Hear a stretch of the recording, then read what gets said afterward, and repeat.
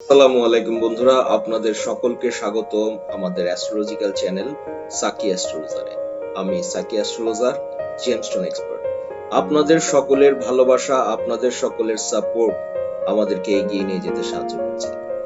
আপনারা এভাবে আমাদেরকে ভালোবাসবেন, এভাবে আমাদেরকে সাপোর্ট করবেন, এটাই আমরা আপনাদের কাছ থেকে আশা করছিলাম। যখনই রত্ন পাথর সম্পর্কে কোনো প্রশ্ন, যখনই অ্যাস্ট্রোলজি সম্পর্কে কোনো তথ্য, একটি মাত্র চ্যানেল সাকি অ্যাস্ট্রোলজার। আমরা আপনাদের জ্যোতিষের সকল ভ্রান্ত ধারণা থেকে বের করে নিয়ে এসে সুন্দর এবং স্বাচ্ছন্দ্যকর একটি জীবন উপনীত করার চেষ্টা করে থাকছি। আশা করি আপনারা সকলেই উপকৃত হচ্ছেন। বন্ধুরা, আজকে আমরা আপনাদের সাথে আলোচনা করব আমাদের লার্ন ভেদিক অ্যাস্ট্রোলজি ক্লাসের 15 নাম্বার লেকচার। আজকে আমরা শিখব আমাদের বার্থ চার্টের কোন কোন ঘর আমাদের কি ধরনের ফল দিয়ে থাকে এবং আমরা কিভাবে সেই হাউস দেখে আমরা বিচার করে থাকবো আমাদের বার্থ চার্ট সম্পর্কে। আসুন জেনে নেই আমরা কোন ঘর কিভাবে বিচার করে থাকবো। আজকে প্রথমেই আমরা আপনাদেরকে তিনটি ঘর সম্পর্কে, তিনটি জায়গা, হাউস সম্পর্কে আপনাদেরকে অবগত করব। এই হাউসগুলো আমাদের প্রেডিকশনের ক্ষেত্রে আমরা কিভাবে গ্রহর অবস্থান এইসব হাউসে বসলে আমরা প্রেডিকশন করে থাকবো সে ব্যাপারে আমরা জানতে পারবো। পরবর্তীতে আমরা আরো কিছু হাউস সম্পর্কে আপনাদের সামনে ডিটেইল আলোচনা করব। প্রথমেই আমরা আপনাদের সামনে একটি চার্ট শেয়ার করে রেখেছি, আশা করি আপনারা দেখতে পাচ্ছেন। এখানে তিনটি চার্ট রয়েছে। আজকে আমরা প্রথমেই যে চার্টটি নিয়ে আলোচনা করব, যেই হাউস নিয়ে আলোচনা করব, সেটির প্রথম 1 নাম্বার হচ্ছে মারক হাউস। আমাদের বার্থ চার্টে কোন হাউস এমন রয়েছে যেখান থেকে আমাদের মারক হিসেবে মৃত্যু স্থান আমরা গণনা করে থাকি এবং এভাবেই আমাদের গ্রহ নক্ষত্রগুলি সেখানে অবস্থান করলে আমরা প্রেডিকশন করে থাকি। প্রথমেই আমরা জেনে নিব মারক হাউস সম্পর্কে।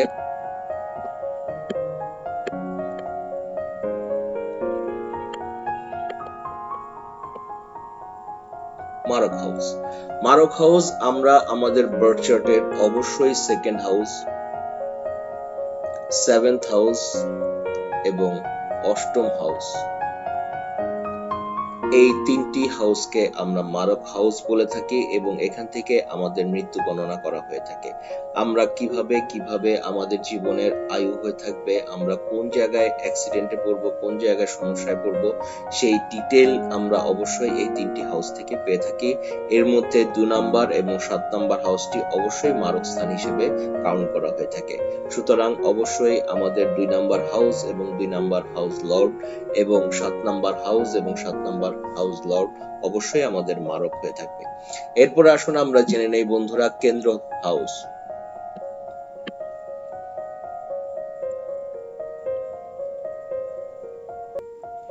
কেন্দ্র হাউস সম্পর্কে আমাদের বার্থ চার্টে আমরা কোন কোন হাউসগুলোকে কেন্দ্র হাউস বলে থাকি এবং কেন্দ্র হাউস থেকে আমরা কি বিচার করে থাকি, কোন কোন গ্রহ কিভাবে আমাদের কেন্দ্র অবস্থান করলে আমরা প্রেডিকশন করে থাকি সে ব্যাপারে আপনাদেরকে বিস্তারিত বলছি। অবশ্যই আমরা আমাদের 1 নাম্বার হাউস যেটা থাকবে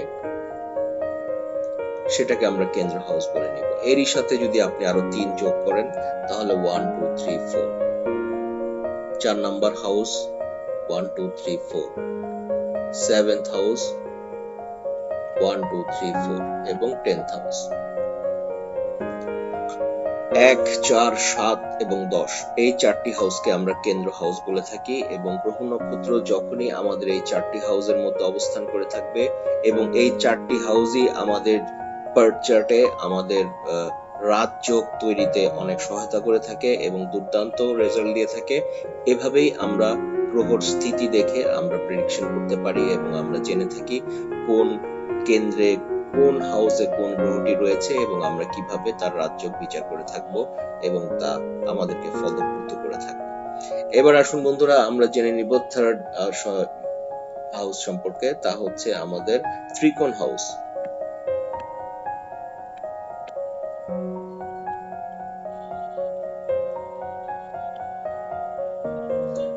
ত্রিকোণ হাউস বন্ধুরা, ত্রিকোণ হাউস আমরা কোন কোন হাউসকে ধরে থাকবো? অবশ্যই আমরা ত্রিকোণ হাউস ধরে থাকবো লগ্নপতি 1 নাম্বার হাউস যেটি 5ম হাউস এবং 9ম হাউস। এই তিনটি হাউসকে বন্ধুরা আমরা অবশ্যই ত্রিকোণ হাউস হিসেবে কাউন্ট করে থাকি এবং বার্থ চার্টে এই তিনটি হাউসের পাওয়ার খুব বেশি হয়ে থাকে এবং সকল শুভত্ব সকল কিছু এই তিনটি হাউস থেকেই আমরা প্রেডিকশন করে থাকি। অবশ্যই যদি আমরা বিবেচনা করে থাকি দেখা যাচ্ছে আমাদের 10th লর্ড কেন্দ্রের 10th লর্ড এবং 9th হাউস, যদি আমরা 9th হাউস লর্ড যদি 9th হাউসে বসে থাকে অথবা 10th হাউসে বসে থাকে, দুর্দান্ত একটি রাজযোগের সৃষ্টি হয় এবং এভাবেই আমরা আমাদের প্রেডিকশন করে থাকি। আপনাদের উদাহরণস্বরূপ বলতে চাই, দেখা যাচ্ছে এটি যদি হয়ে থাকে আমাদের সিংহ লগ্ন, তবে অবশ্যই লগ্নপতি হয়ে থাকবে 5। 1 নম্বর ঘরটি আমরা 5 পেয়ে থাকবো, তাহলে 5, 6, 7, 8, 9, 10, 11, 12, 1 এবং 9th হাউস হয়ে থাকবে 1 নাম্বার এবং 10th হাউস হয়ে থাকবে 2 নাম্বার।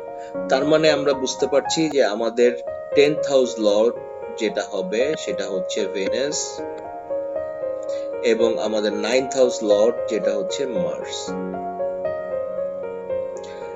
মার্স এবং ভেনাস এই দুটি প্ল্যানেট যদি 9th হাউসে বসে থাকে তবে অবশ্যই দুর্দান্ত একটি রাজযোগ তৈরি হয়ে থাকবে বন্ধুরা। এই ধরনের মানুষ অবশ্যই বলিউড ইন্ডাস্ট্রি, হলিউড ইন্ডাস্ট্রি এবং আমাদের ঢালিউড ইন্ডাস্ট্রিতে দুর্দান্ত পরিমাণে নাম করে থাকবে এবং তারা দুর্দান্ত ভাবে অ্যাচিভমেন্ট করে থাকবে তাদের সফলতা। এভাবে আমরা হাউস দেখে আমাদের বিভিন্ন হাউসের বিভিন্ন কারকতা রয়েছে বন্ধুরা। আজকে আমরা তিনটি হাউস সম্পর্কে আলোচনা করলাম, মারক হাউস, কেন্দ্র হাউস এবং ত্রিকোণ হাউস। এর পরবর্তীতে আমরা আরো হাউস নিয়ে আপনাদের সামনে উপস্থাপন করব। আশা করি কনসেপ্টটি আপনাদের ক্লিয়ার হয়েছে।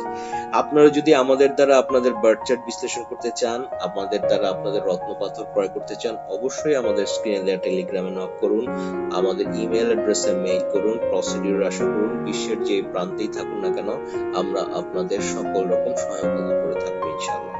এভাবেই আমাদের পাশে থাকবেন, এভাবেই আমাদের সাথে থাকবেন। আজ এই পর্যন্তই, ভালো থাকবেন। Have a nice day.